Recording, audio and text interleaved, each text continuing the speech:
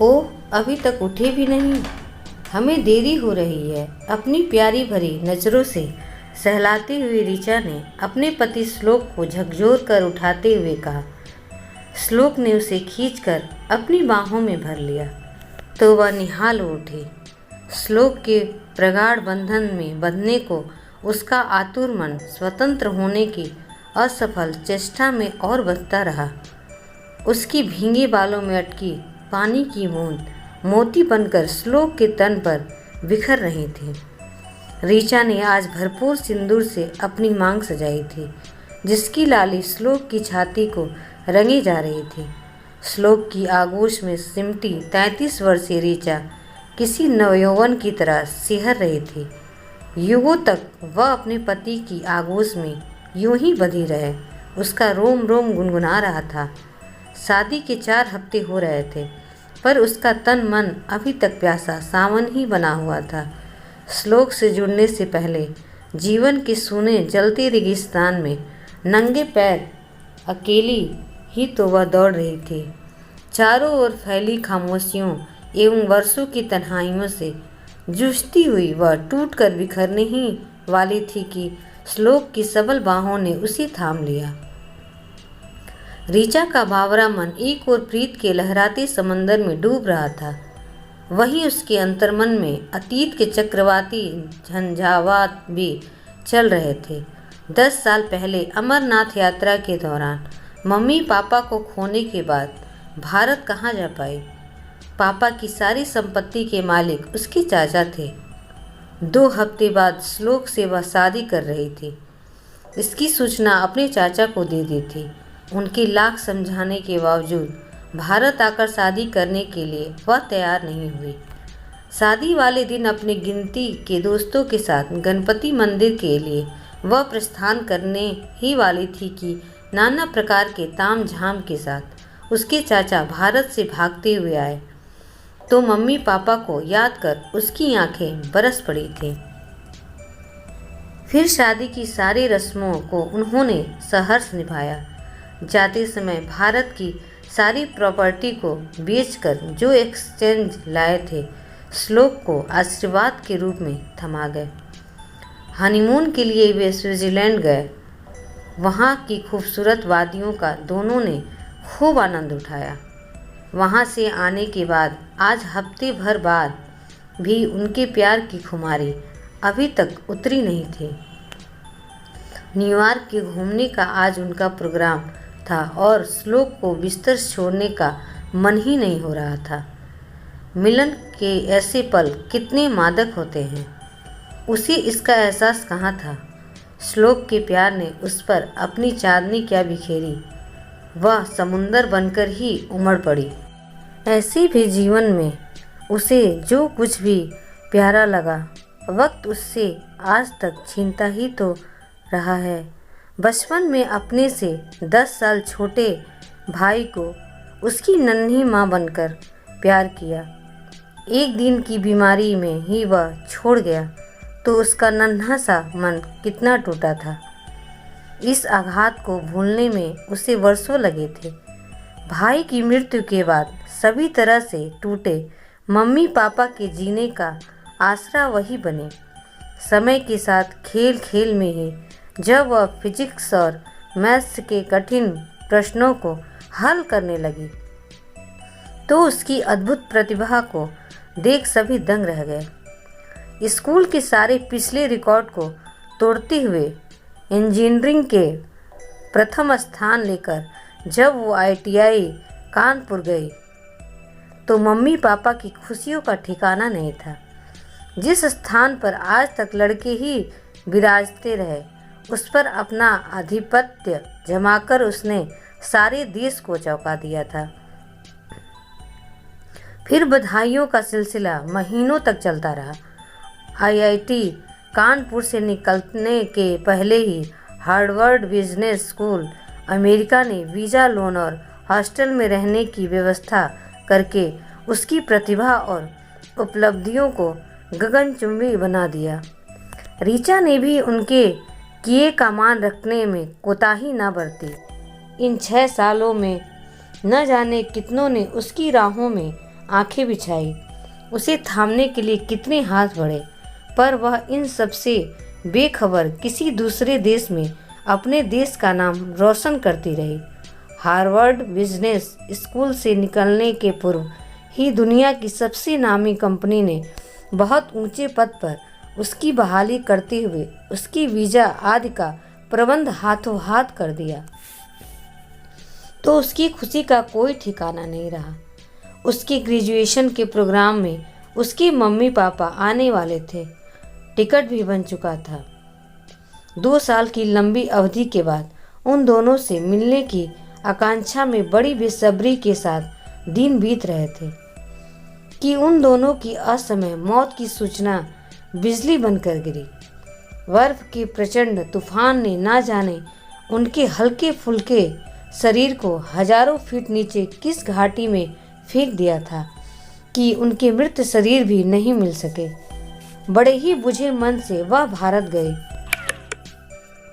और मृत्यु के बाद सभी विधियों को पूरा करके वापस लौट आई। उस नाजुक दौर के वेद का उसके जीवन में आना किसी दैविक चमत्कार से कम नहीं था। उसकी बाहों में लिपटकर मम्मी पापा की मृत्यु की असहनीय वेदना को भूलने की कोशिश करती रही। सारे रिश्तों का पर्याय बना वेद हर प्रतिकूल परिस्थितियों में उसे संभालता रहा। कितना टूट कर प्यार किया था दोनों ने एक दूसरे को। प्रीत की इंद्रधनुषी कायनात फूलों और परियों की नगरी न्यूयॉर्क की जमीन पर उतर आए थे। चलो आज ही किसी मंदिर में शादी कर लेते हैं। वेद का ऐसा कहना उसे कितना रोमांचित करके रख देता था। तब उससे एकाएक होने के लिए वह कितनी ललायित हो उठी थी। पर दूसरे पल ही वेद के संपूर्ण व्यक्तित्व पर उतर आई दैविक आभा से वह घुंघरुओं की तरह खनक कर रह जाती। उसे क्या पता था कि एक बार फिर से नीति अपनी कुटिल चाल से उसके बन रहे घरौंदे को तहस नहस करने का कुचक्र रच रही है। उसके लिए तो कोई बंधन नहीं था, लेकिन वेद को अपने परिवार की सहमति लेने भारत जाना था। फिर ऋचा की जिद की शादी वह न्यूयॉर्क में ही करेगी। विगत के दर्द के फिर से उभरने के डर से वह भारत जाना नहीं चाहती थी। प्रीत के हजारों रंग में रंगकर अपने वेद की परिणीता बनने की चाहत को वो वही इसी देश की जमी पर जीना चाहती थी, जिसमें दुख दर्द का एक नन्हा झरोखा भी उसे शिकार नहीं। वेद ने भी उसके कहने का मान रखा और अपनी माँ को मनाने के लिए अकेले ही भारत जाने के लिए निकल पड़ा। भावुक मन से ऋचा ने वेद को विदाई दी। मात्र 1 हफ्ते के लिए भारत गया वेद जब हफ्तों नहीं लौटा तो वह बुरी तरह तड़प उठी। भावावेश में आकर हडसन नदी में कूदकर प्राण तक कर लेना चाहा, लेकिन पुलिस की नज़रों में आ जाने के कारण वह ऐसा नहीं कर सकी। बाद में न्यूयॉर्क में रह रहे उसी के समाज के द्वारा उसे ज्ञात हुआ था कि अपनी माँ की अंतिम इच्छा को पूरी करने के लिए वेद को उनके बचपन की सहेली की बेटी रत्ना से शादी करनी पड़ी। कुछ कहने सुनने का समय ही नहीं बचा था। इधर उसने रत्ना के गले में मंगलसूत्र बांधा और उधर उसकी माँ ने अंतिम सांस ले ली। ऋचा को खोकर वेद भी कहाँ जीवित रह गया था। ऋचा का सामना वह किसी भी हालत में नहीं करना चाहता था। न्यूयॉर्क की नौकरी छोड़ने की सारी औपचारिकता को उसने भारत से ही निभाया। वेद भारत से ही ऋचा की पल पल की गतिविधियों की जानकारी लेता रहा। समय के साथ जख्म कुछ हल्के हुए तो ऋचा को नीति और अपनी मजबूरियों का वास्ता देते हुए समझाकर नए सिरे से जीवन शुरू करने के लिए प्रेरित करता। उसके बिखरे जीवन को अपनी बेशुमार चाहतों की संजीवनी बूटी से संवारता। उसकी मृत जिजीविषा को जीवित रखने की कोशिश करता। अपनी पत्नी को लेकर आ जाओ, इससे मुझे कोई फर्क नहीं पड़ेगा। हम साथ ही जी लेंगे किसी भी हालत में। मुझे अपना वेद चाहिए, नहीं जी सकती तुम्हारे बिना मैं वेद। ऋचा की जिद वेद को पिघला रखती थी।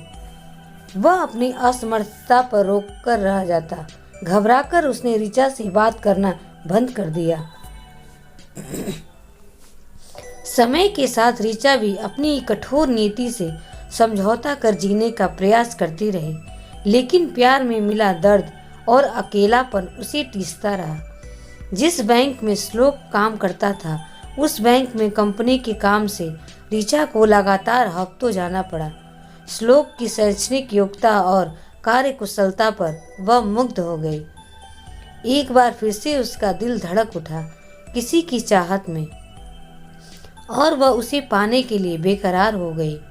श्लोक के कदम आगे क्या बढ़े कि ऋचा ने उसके प्यार को समेट लिया। ऋचा के इस निर्णय पर वेद बहुत खुश हुआ।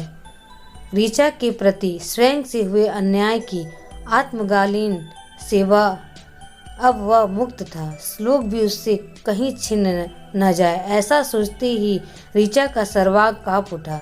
घबराकर उसने श्लोक को बाहों में भर लिया। अतीत के झरोखे खुलकर ऋचा को और तप्त करते, उसके पहले ही श्लोक उसे बाहों में लिए उठ खड़ा हुआ। झटपट तैयार होकर वे दोनों एक दूसरे का हाथ थामे निकल गए। यूं तो न्यूयॉर्क उसके लिए कोई नया शहर नहीं था। वेद के साथ उसके चप्पे चप्पे को वह देख चुकी थी, पर आज श्लोक के साथ इस जादुई नगरी का लुत्फ उठाने की बात कुछ और थी। दोनों एक दूसरे की समाये हडसन नदी के किनारे चलते रहे। टाइम सन्यास के रंगीन नजारों को निहारते हुए वे रॉकफेलर सेंटर पहुंच गए। वहां से खुली बस से सवार होकर न्यूयॉर्क के दर्शनीय स्थानों के लिए निकल पड़े। ऋचा मस्त होकर सभी को निहार रही थी। सारे दर्शनीय स्थल आज उसे अतिरेक आनंद की अनुभूति दे रहे थे। श्लोक भी अपनी नवपरिणीता के इस नए रूप पर मुग्ध था। एक पल के लिए भी वह ऋचा को अपनी नजरों से ओझल होने नहीं दे रहा था। सारे दिन अपनी बाहों में उसी बांधे घूमता रहता। घूमकर जब ये दोनों रॉकफेलर सेंटर में उतरे तो शाम का रेशमी अंधेरा रोशनी में नहा रहा था। इधर उधर घूमने के बाद डिनर के लिए वे उत्सव रेस्टोरेंट की ओर जा ही रहे थे कि ऋचा का बोस्टर का सहपाठी सैम टकरा गया, जिसके चंद बोल उसकी खुशियों पर उल्कापात ही कर गए। हाय हनी, वेयर इज वेद? फिर श्लोक की ओर देखते हुए मुस्कुराते हुए पूछा, न्यू फ्रेंड? आगे सैम कुछ और कहता कि उसके पहले ही वह बोल पड़ी, हाय माय हस्बैंड श्लोक, और सैम को वही हाथ प्रत छोड़कर श्लोक का हाथ थामे वह आगे बढ़ गई। श्लोक को अनमना सा देख ऋचा का दिन भर का उत्साह जाता रहा। रेस्टोरेंट में पहुंचने के बाद भी श्लोक की उदासियां कम नहीं हुई। सारा खाना उसी के पसंद का था, लेकिन खाने में उसकी कोई रुचि नहीं थी। खोया खोया सा वह रेस्टोरेंट की खिड़की से नीचे थिएटर से निकले लोगों को देखता रहा तो ऋचा तड़प उठी। उसकी व्याकुलता सिसकियां बनकर उसके व्यर्थी होंठ पर तैर गई। किस फेरे में तुमने मुझे डाल दिया वेद? कहाँ मेरे चेहरे पर मामूली से सिकन तुम्हें गवारा नहीं थी? पल भर में सोख लेते थे मेरे अंतर के सारे गीलेपन को। श्लोक को संदेह के भंवर में से कैसे बाहर निकालूं? आज फिर एक बार उलझन से घिर गई हूँ मैं तो। तुम्हारी यादों के साथ ही खुश थी। मन ही मन बुदबुदाती हुई ऋचा टूट कर बिखर रही थी। रेस्टोरेंट से निकलने के बाद श्लोक का हाथ थामे रेस्टोरेंट के अहाते में फव्वारे के पास बने पत्थर के चबूतरे पर जाकर बैठ गई और अपने और वेद के बीच के रिश्ते की सारी सच्चाई उसे बता गई। किस तरह अपने मम्मी पापा को एक साथ खोकर इस पराये देश में उसका अकेला होना, जीने की सारी इच्छाओं का मृत्यवत हो जाना, वेद के प्यार का सावन बनकर बरसकर उसके जीवन के ताप को हरना, अंधेरी रातों में आकाशदीप बनकर उसके पथ का प्रदर्शन कर सुगम बनाना आदि आतरंगिक पलकों में कभी कमजोर पड़कर उसके अपने संपूर्ण अस्तित्व को वेद में समा देना चाहा तो अपनी सारी ममता उड़ेल कर वह उसे सहला दिया करता था। वेद तो साधा हुआ योगी था, जिसमें धरती जैसा धैर्य और आकाश जैसा विस्तार था। कहीं से कोई कलुषता नहीं, उसकी इसी ऋषि मुनि तपस्वी ऐसी एकाग्रता ने ही तो उसे बांध रखा था। मेरे जीवन की देहरी पर देव का उतरना मानो सपनों के सावन का ठहर जाना था। सांसों में जैसे खुशबू का मौसम ही समा गया हो। दिन तितलियां बनकर उड़ते थे। मैं बावरी बनी इतरा उठी थी अपने सुख सौभाग्य पर। किसी भूलती है वो पहली दस्तक, वो पहली आहट, वो पहला प्यार जो शीत की स्याह रातों से मिलना हो। बिखरी प्रीत की केसर गंध को भूल पाना कहीं से भी आसान नहीं होता। श्लोक जानते हो श्लोक, जीवन की गहनतम घटनाएं किसी अनजान क्षण में हो जाती हैं। घोर पीड़ा की शुरुआत सदा रहस्यपूर्ण होती है, पर उसकी अनुभूति स्पष्ट होती है। उसका अंकुर कब कहाँ कैसे फूटता है पता ही नहीं चलता, क्योंकि इसके लिए परिस्थितियां हमें चौकना होने नहीं देती। ऐसे तो दुख तमाम जीवनदायिनी शक्तियों का केंद्र है। जीवन में यह नहीं हो तो जीवन के औचित्य पर ही प्रश्न खड़ा हो जाए। यही दुख जीवन में विमुख करने वाली तमाम शक्तियों का भी मूल कारण है। जीवन में केंद्र से परिधि और परिधि से केंद्र की ओर व्याप्त सभी शक्तियां दुख के अनंत सागर में चक्कर लगाती सी दिखती हैं, और हम सभी इसी व्यू में फंसे हुए हैं। ये तो सभी जानते हैं कि दुख सबको मांझता है। कहते हैं जब दुख से भर जाओ तो अपने दिल की गहराइयों में उतर कर देखो, शायद उल्लास का कारण वही हो जिसके लिए तुम रो रहे थे। वही उल्लास बनकर वेद मेरे जीवन में अवतरित हुआ। वेद की परिणीता बनने के लिए मुझे मंगलसूत्र और सिंदूर की कोई आवश्यकता नहीं थी। कितना अपार था उसका प्रेम, शब्दों में तो उसे कभी बांध ही नहीं पाई, फिर जीवन में उसे कहाँ और कैसे बांध पाती। वेद जैसे व्यक्ति की आराधना की जाती है। श्लोक इन सच्चाइयों के साथ अगर मैं तुम्हें स्वीकार हूँ तो ठीक है, वरना तुम मेरे सारे बंधनों से आज़ाद हो। कहते हुए आज भी उसके जीवन में हर रिश्ते का पर्याय देव ही है। संशय की नींव पर खड़ी रिश्ते की यह इमारत उसे किसी भी हालत में स्वीकार नहीं करते हुए अंतर की सारी वेदनाएं उसकी पलकों पर घनीभूत होकर बरसने ही वाली थी कि झटके के साथ उठकर अपने दृढ़ कदमों के साथ सड़क के किनारे की भीड़ में खो गई। उसे आज इस बात का बड़ा संतोष था कि श्लोक उसके जीवन के कटु पर मधुर सत्य से अवगत हो चुका है, जिसे उसने कितनी बार हिम्मत करके उससे कहना चाहा था, लेकिन उसे खो देने के डर से कह नहीं पाए थे। संत पैट्रिक चर्च में जाकर मोमबत्तियां जलाई। आज के दिन की आखिरी मंजिल यही चर्च था, जहां डिनर के बाद श्लोक के साथ वह आने वाली थी। हर दिन के भय के सलीब को वहीं घर पर छोड़ हल्की फुल्की होकर वह वहां से निकल गई। अनमनी होकर टाइम सनवाई की चकाचौंध में सड़कों पर इधर उधर घूमती रही। उसके अंतर्मन के अंधेरे जब वहां की चमचमाती रोशनी को झेल नहीं सके तो वह रॉकफेलर सेंटर में आ गई। फूलों की झाड़ियों के ओट में बनी पत्थर की उसी बेंच पर जा बैठी जहां वो अक्सर वेद के साथ बैठा करती थी। यह और बात थी कि आज उसकी पीठ पर फिसलने के लिए वेद का प्यार भरा हाथ नहीं था। फिर भी कस्तूरी मृग की तरह उसकी खुशबू, उसकी मौजूदगी को वह महसूस कर रही थी। आंखों से वह वन भादों की बरस रहा था। अचानक अपनी पीठ पर किसी का स्पर्श पाकर उसने सिर उठाया तो श्लोक को अपने बगल में बैठ देख चौंक गई। कहा, मुझे छोड़कर यूं अकेली चली आई। तुम्हारी और वेद के रिश्ते की सच्चाई का पता मुझे था। वेद ही ने तो बताया था। जब मेरे मन में किसी प्रकार का संशय ही नहीं था तो मैं तुमसे उसकी हकीकत क्या करता।